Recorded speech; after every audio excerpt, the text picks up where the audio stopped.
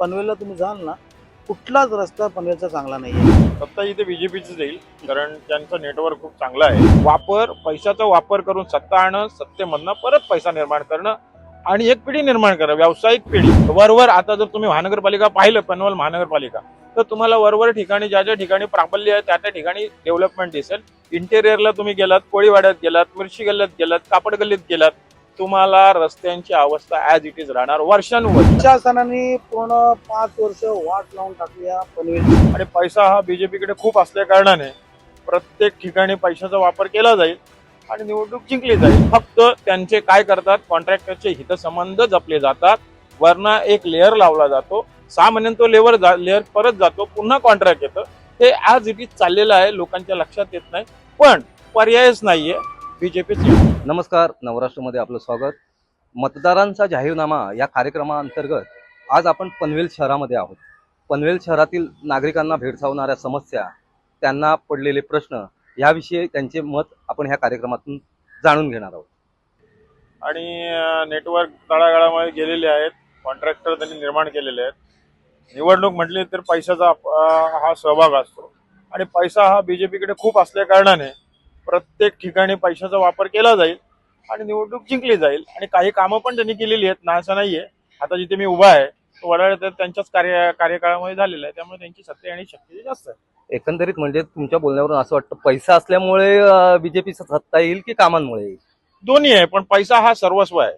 आजच्या या निवडणुकीच्या, आत्ताच्या जर नगरपालिकेच्या निवडणुका बघितल्या, आता महानगरपालिकेच्या निवडणुका येतील, या महानगरपालिकेच्या नगरपालिकेमध्ये जे घडलं तेच महानगरपालिका घडणार आहे. सत्ता, पैशाचा वापर करून सत्ता आणणं, सत्तेमधनं परत पैसा निर्माण करणं आणि एक पिढी निर्माण करणं, व्यावसायिक पिढी. हे आजचं गणित आहे. पूर्वीसारखं राहिलेलं नाही, वडापाव खाऊन आपण मतदान करू. आता तुम्ही काय देता, कायद्याचं राज्य आहे, म्हणजे काय देताय त्याचं राज्य आहे, कायद्याचं राज्य राहिलेलं नाही. स्पष्ट आणि फक्त वरवर आता जर तुम्ही महानगरपालिका पाहिलं, पनवेल महानगरपालिका, तर तुम्हाला वरवर ठिकाणी ज्या ज्या ठिकाणी प्राबल्य आहे त्या त्या ठिकाणी डेव्हलपमेंट दिसेल. इंटेरियरला तुम्ही गेलात, कोळीवाड्यात गेलात, मिरची गल्ल्यात गेलात, कापड गल्लीत गेलात, तुम्हाला रस्त्यांची अवस्था ॲज इट इज राहणार वर्षानुवर्ष. आज वर्ष आमचं 54-55 आहे, तेच बघतोय आम्ही. फक्त त्यांचे काय करतात, कॉन्ट्रॅक्टरचे हितसंबंध जपले जातात, वरना एक लेअर लावला जातो, 6 महिन्यात तो लेअर परत जातो, पुन्हा कॉन्ट्रॅक्ट येतं. हे आज इट इज चाललेलं आहे, लोकांच्या लक्षात येत नाही, पण पर्यायच नाहीये. बीजेपीच येणार. निवडणूक तर दर 5 वर्षांनी येतात. आता ही निवडणूक महत्वाची आहे, कारण गेले 4-4.5 वर्ष नगरसेवक नव्हते. फक्त प्रशासन हे आयुक्त चालवतात. त्यामुळे नगरसेवकांची गरज आहे आपल्याला. का गरज आहे माहिती आहे की डायरेक्ट समस्या लोकांच्या नगरसेवक पूर्ण करू शकतो, कारण नगरसेवक आपल्या जवळ राहतो, विभागात राहतो. म्हणजे प्रशासनाने काम केलं नाही असं प्रशासनाने काम नाही. प्रशासनाला चांगला चान्स होता की नगरसेवक तुमच्याकडे 4-4-5-5 वर्ष नसताना तुम्हाला पूर्ण चान्स होता की तुमची पनवेलची सुविधा करायची. आज पनवेलला तुम्ही जाल ना, कुठलाच रस्ता पनवेलचा चांगला नाहीये. आज किती चान्स होता की तुम्हाला नगरसेवकांना निधी द्यायची गरज नव्हती, पण तुमच्याकडे अख्खा निधी पडलाय आयुक्तांकडे. तो आयुक्तांना किती व्यवस्थित वापरता आला असता. आता तुम्ही तलावाकडे बघाल, हे तलाव दिसतंय का तुम्हाला, ते पाणी दिसतंय का कुठे इथे? आता तिथे पक्ष्यांचे एवढे हाल झाले की इतकं असं त्यांना थोडंसं मिळालं पाणी यायला, इतकी भयानक परिस्थिती आणून ठेवली आहे.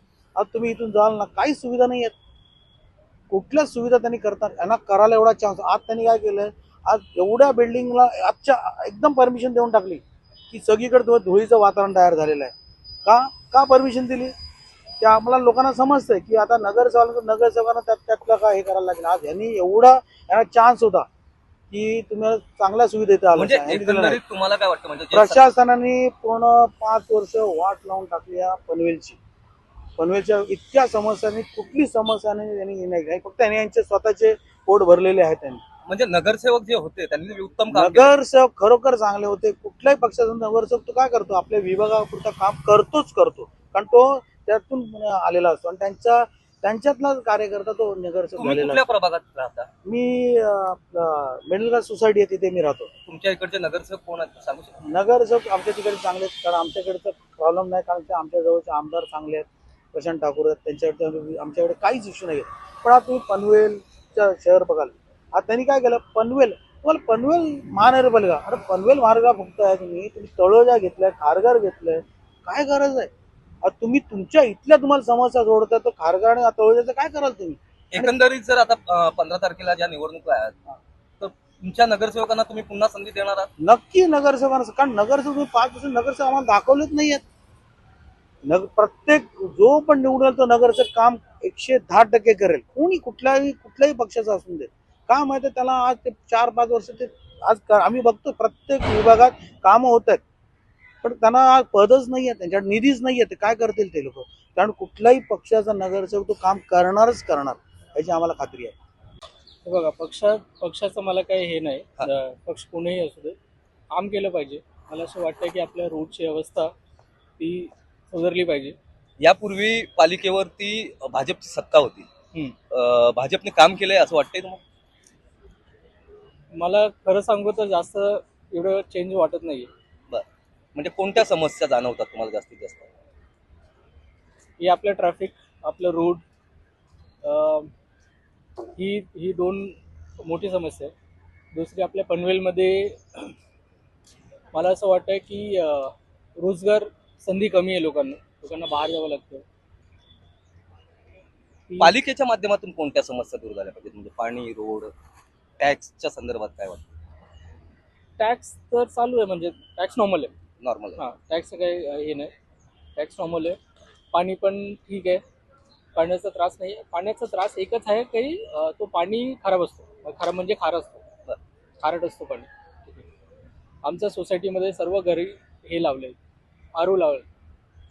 ती लोकांची बेसिक गरज झाली आता, आधी ही नव्हती. आणि दुसरी मोठी गरज बोललो तर हे आपलं सप्लायचं पाणी असतो ना, महानगरपालिकेचं पाणी असो किंवा ग्रामपंचायतीचं पाणी असो, तो पाणी पुरवठा बरोबर नाही. तो आला तरी 1 तास दिवसाला, 1 तास सकाळी, 1 तास संध्याकाळ, कधी काही तर नाहीच आहे. सगळ्या जगात तरी सुद्धा म्हणजे सध्या काय समस्या जाणवत आहेत तुम्हाला पाणी? तसं काय ना, आमच्या बरोबर चांगलं काम करतात लोक. तुमच्या इथे नगरसेवक कोण आहेत? आमचे इथं होते म्हणजे? नितीन पाटील आमचे आमदार जे आहे आपले, हा. ते आमचे पहिले नगरसेवक होते, बरं. उपमहापौर होते. अच्छा. ते खूप सुधारणा केलेले आणि लक्षणीय केले, त्यामुळे वादच नाही. आणि आता सध्या ते आमदार पण आहेत. म्हणजे विक्रांत पाटील विक्रांत. म्हणजे समाधानी आहेत एकंदरीत हा, सत्ताधारी. आम्ही तरी सांगा. आणि आम्ही कोणती गोष्टीला ताबडतोब लक्ष देतात, ते ताबडतोब येतात. कधी सांगायची खोटी की त्या सगळ्या गोष्टी तत्पर. म्हणजे याच्यापूर्वी जे सत्तेवर होते त्यांच्या कामावरती तुम्ही पूर्णपणे समाधानी आहे? सगळ्या म्हणजे 90% पूर्ण झालेले आहेत, काही थोड्याफार बाकी आहेत. त्या आलेले ते करते. हा, कोणत्या समस्या बाकी आहे असं वाटतं तुम्हाला? काय केलं पाहिजे? म्हणजे रस्त्याचे जे हे खड्डे वगैरे पडलेले आहेत, काही पाणी सगळं येत नाही, अशी समस्या काही आहेत.